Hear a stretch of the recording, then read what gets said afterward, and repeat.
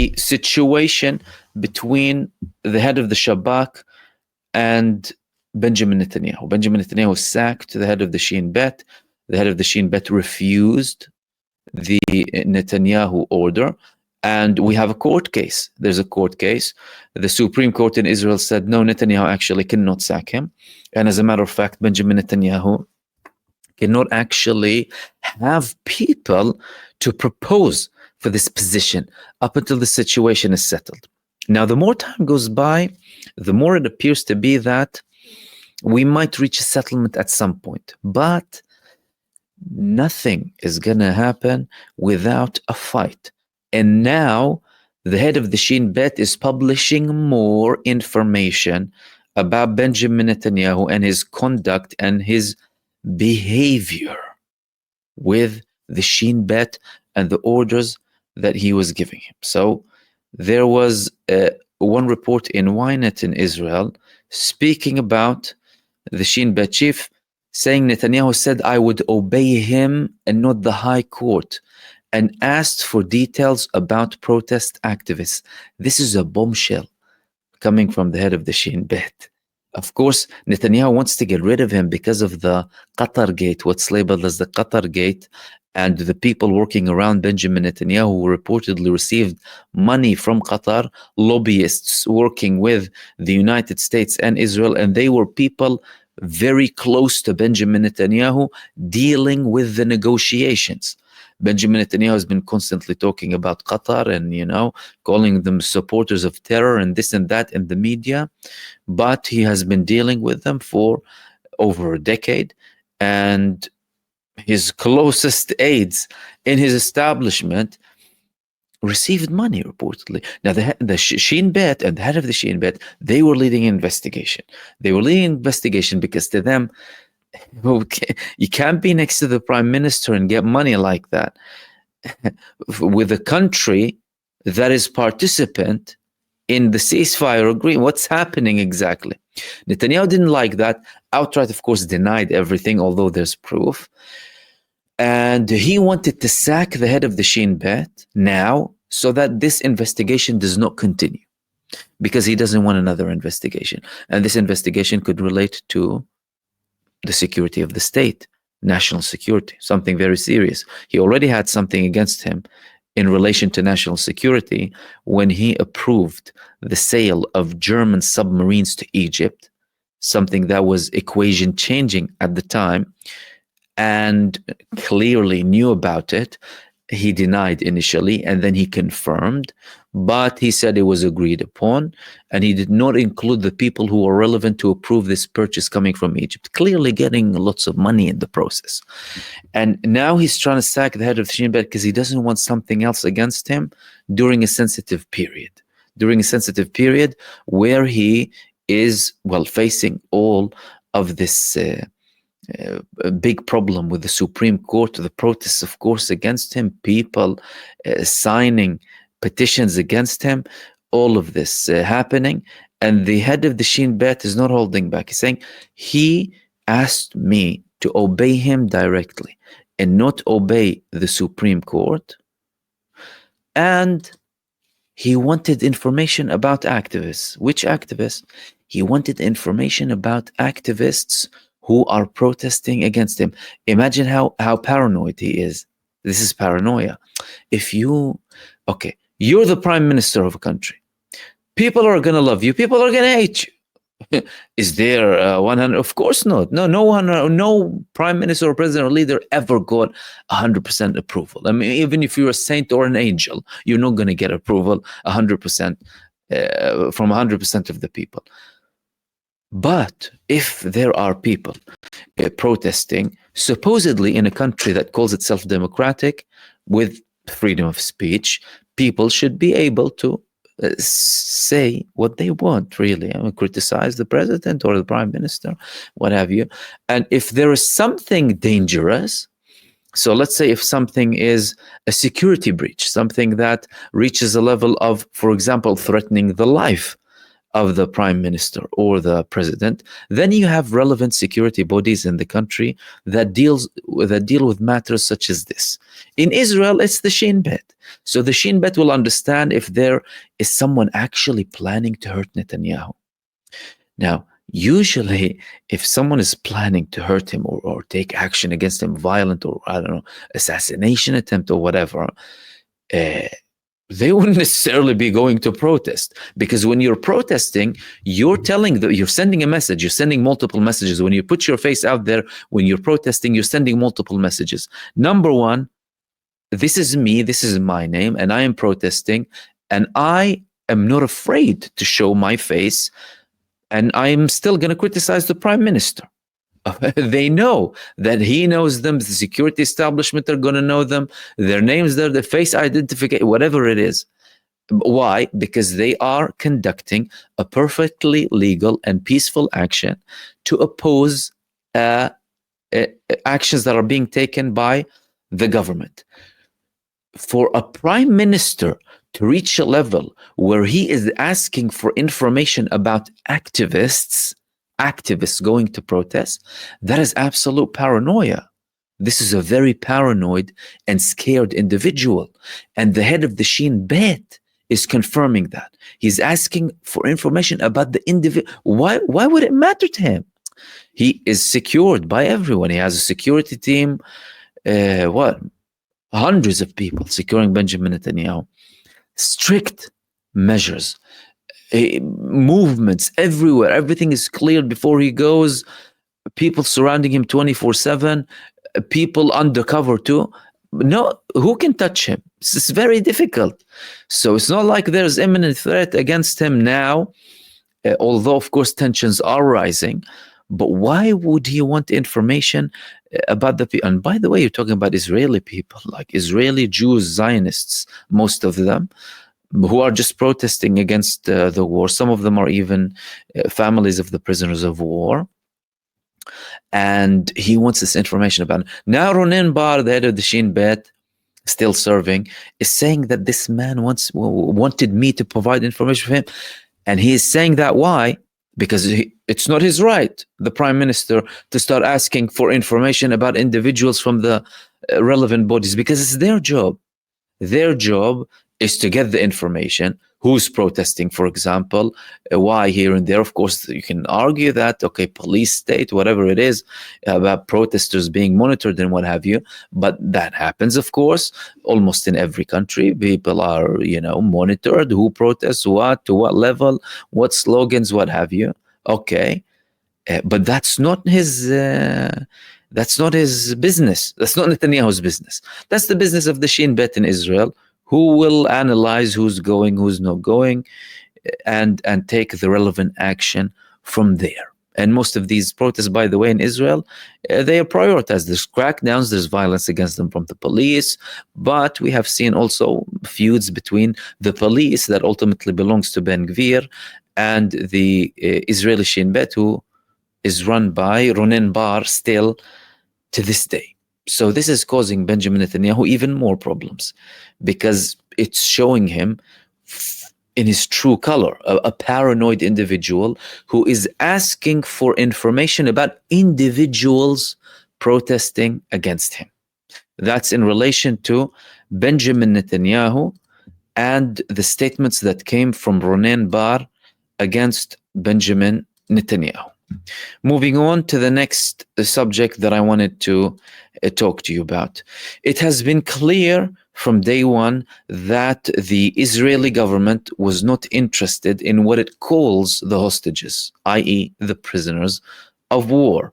They massacred Israelis on the 7th of October in Re'im, in the Nova Festival, in Kibbutz Be'eri, in Nir Oz, and they were targeting everything that was moving back to Gaza. Confirmed reports from Israel, from pilots in the IDF, who were ordered to shoot at everything going back to Gaza without analyzing or trying to validate the information. Then reports coming in confirmations from the prisoners of war who were released later on that they were targeted multiple times. The buildings they were in turned into rubble. They almost died from the IDF attacks. And of course, these were the ones who survived Others did not survive. And we're talking about, in Israeli words, over 42. That's the bare minimum. Over 42 Israel killed deliberately. And now we've had recent reports from the Palestinian resistance saying that they conducted multiple attacks, not only against Aidan Alexander, who's most likely dead, but also other groups of prisoners of war inside of the Gaza Strip, with the Palestinian resistance saying that multiple attacks happened on the same place. It's as if Israel had some sort of intel about their whereabouts and they targeted them again. Why? So that they can kill them and get rid of this bargaining chip, what they call the bargaining chip, held by Hamas, so that they can strip them of power. Okay, or negotiating power or leverage or cards. But they always claimed that it's the hostages, and bring back the hostages and everything will end, and the hostages, or the sausages, as Keir Starmer said at one point. And of course, world leaders, hostages, the endless babbling. Is the Israeli government interested in the hostages? No, they're not. Of course not. They kill them. They brutalize them. They murder them. They call the families of the prisoners of war Hamas. But now, thankfully, they reveal themselves again. They reveal themselves time after time. This is what's good about this government. They constantly do us a favor, everyone a favor. I mean, of course, mainstream media will deny or ignore or not report. But, thankfully, it's in Israeli media. Sometimes you just quote them. Okay, what happened now? Smotrich is saying the kidnapped are not the most important target. Can you get more blunt than that? I thought it was about the hostages. I thought it was about the hostages or sausages, as Starmer said, kid starver. It's not about them. The person who is, the most powerful person in the government after Netanyahu, Smotrich, is saying they're not the most important target. As a matter of fact, you can understand from Netanyahu's statements, from reading between the lines, that Netanyahu himself doesn't consider them to be the most important target, because he's saying we're not willing to get to a deal at any cost. Meaning, person doesn't care, dude. The man doesn't care about them outright.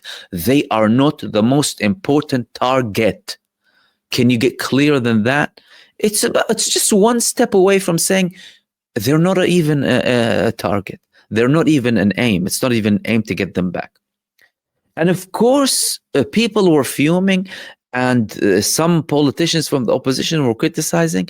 And then, of course, the families of the prisoners of war, again, lashing out against Bezalel Smotrich, telling him that you're selling the state, you have no soul in you, continuing endless comments against him.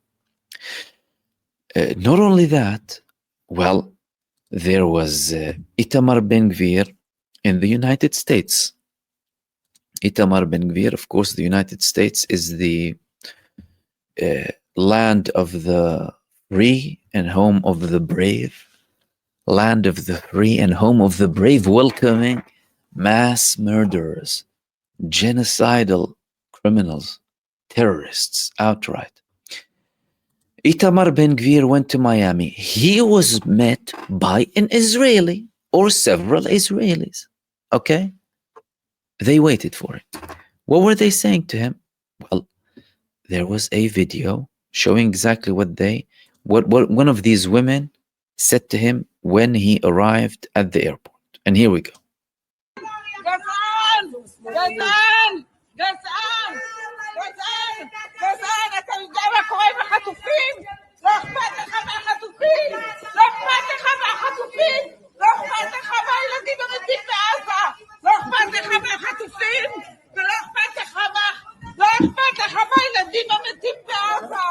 לא אכפת לך מהחטופים, האימהות שלהם לא יכולות לישון בלילה, האימהות שלהם לא יכולות לישון בלילה, לא אכפת לך, לא אכפת לך, לא אכפת לך מהחטופים, כן, לא אכפת אותי, אל תדאג, אין פה שמאלנים, אל תדאג, אין פה, אין ניצחת, חוצפן, חוצפן, אין לך שום מושג, אין לך מושג,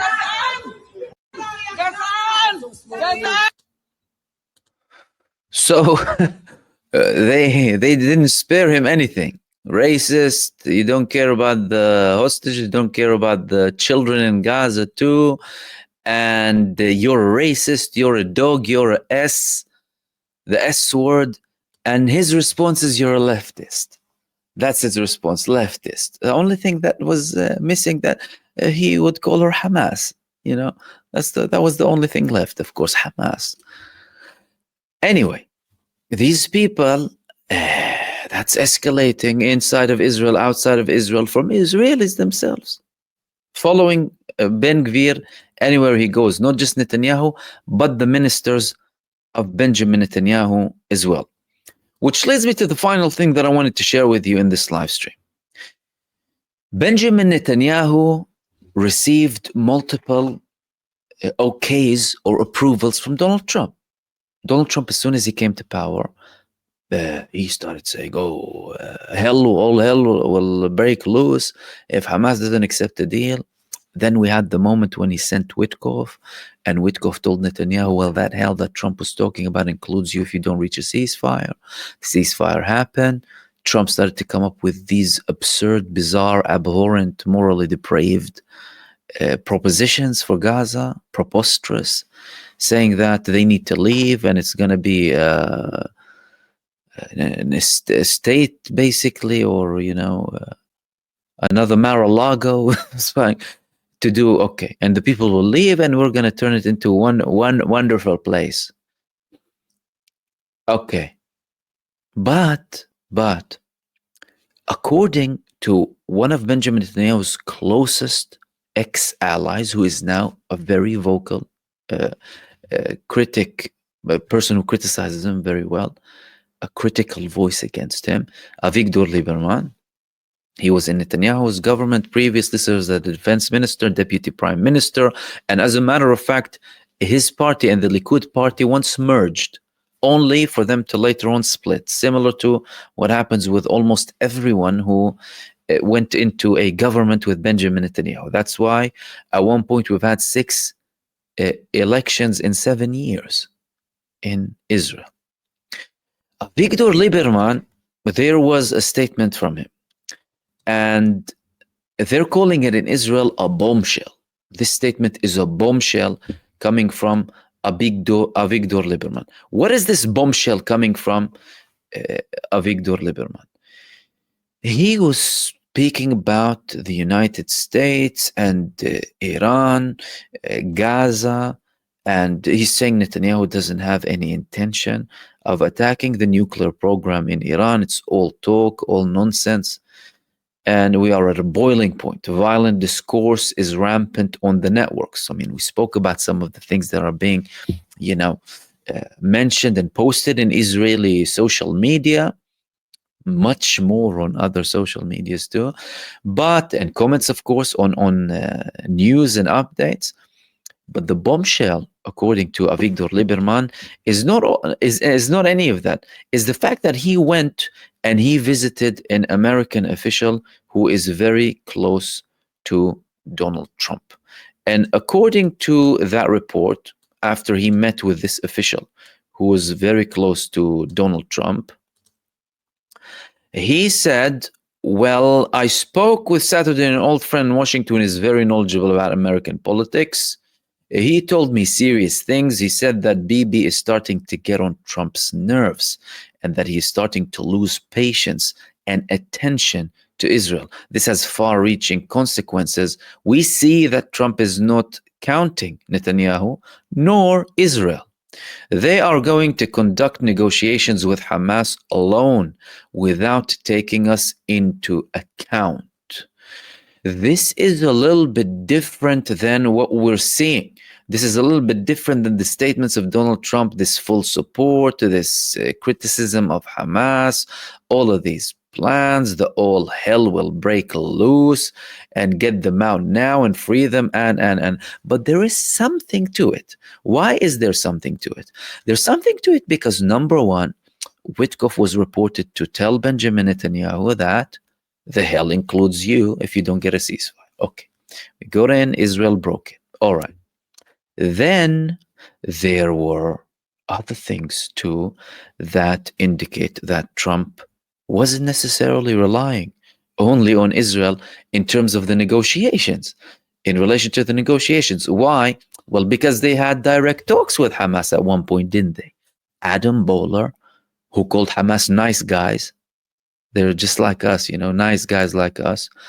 I spoke to you about the Knafi report, right? Knafi and orange juice after midnight between Hamas and US officials. They got a little bit peckish after midnight negotiating. And clearly that means that Donald Trump was not necessarily relying on Benjamin Netanyahu to reach a deal because, well, he wants a deal at the end of the day. They don't want this to go on forever. That's an argument. The other argument is, of course, well, they're still providing them with weapons. He's still supporting them endlessly, which is valid and accurate. But that doesn't necessarily always reflect what happens behind the scenes. What happens behind the scenes is a little bit different than what we see in the headlines or by the statements.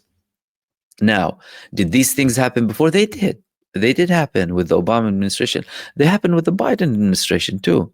Over a year ago, there was this call that happened between Joe Biden and Benjamin Netanyahu, when Joe Biden was reportedly swearing at Benjamin Netanyahu and SOB and this and that. And after that, there was a period, at the time I called it the semi-ceasefire, the undeclared ceasefire.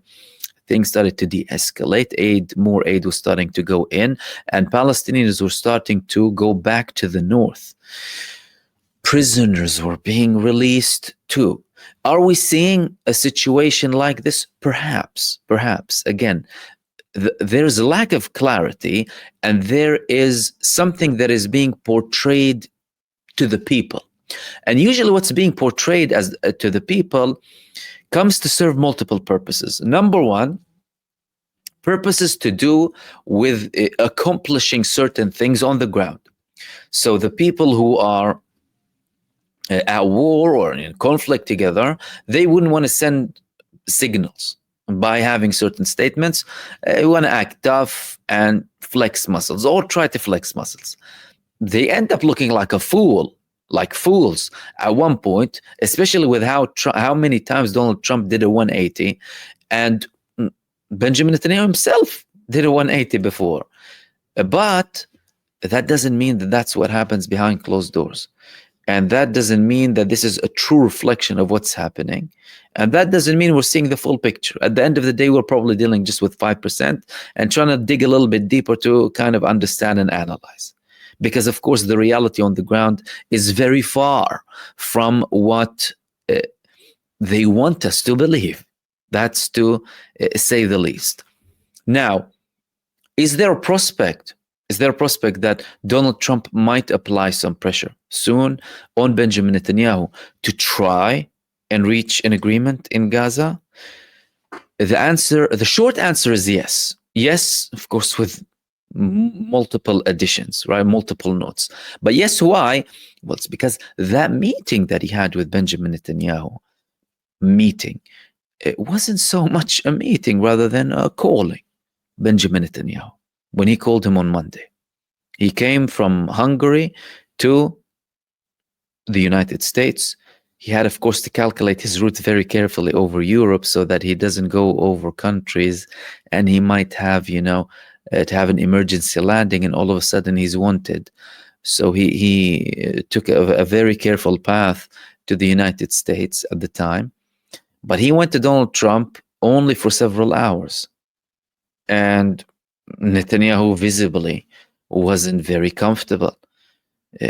Donald Trump was saying things about reaching a deal with Iran, praising the Turkish president who called Netanyahu Hitler, and he was backing the Palestinian resistance, and statements and actions saying, praising the armed wings of the Palestinian political groups too, and also telling Benjamin Netanyahu that he has to be sensible.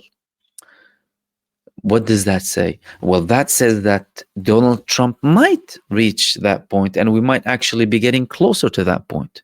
Because if you recall, when the genocide started, Netanyahu's traditional allies were giving him a blank check, free, do whatever you want. They weren't counting the children, they weren't counting humanitarian aid, they weren't counting Gazas, they weren't counting anything. And it's as if the 1-ton bombs that were landing every single day, killing 6, 7, 800 people, up to 1,000 people a day. By the way, the first few days of the genocide were the worst in terms of casualties per day, if you recall that time. But Israel's traditional allies, they weren't saying a word. Nothing. Why? Because they gave Benjamin Netanyahu a time limit. That time limit was reported to be 30 to 40 days at the time. After that, we started to notice a shift. They were still despicable in their approach towards Israel and ignoring and denying the rights of the Palestinian people. But all of a sudden, people started to question, to ask. And Benjamin Netanyahu was being put in a more difficult position. So there could be a point where, well, now Netanyahu broke the ceasefire. Of course, the United States is still backing them. At the end of the day, it's proven that the Palestinian resistance cannot be defeated inside of the Gaza Strip. And Donald Trump isn't able or isn't in a position to always keep that front open. And we might reach a stage where he would tell him enough is enough. Now, is that going to sit well with Benjamin Netanyahu? And is that going to be in line with his plans for the future? Netanyahu is, at the end of the day, planning to remain there up until October 2026. In 2026, October, you're going to have a new election inside of the state of Israel. Netanyahu now, he's already taking multiple steps, not only to obstruct that, but people in Israel are saying that he wants to cancel elections. Giora Island, the retired Major General, the other day, quoted him at the time, said, Netanyahu's planning to cancel elections. And by the way, don't view this as something very far-fetched. No, not at all, because the move from what he called a democracy to a dictatorship, it comes in steps. He's having more control of the army, more control over the Shin Bet. He already has full control over the police. He wants to control the Supreme Court. And tomorrow he'll come up with any excuse to also control the Israeli elections or even cancel them.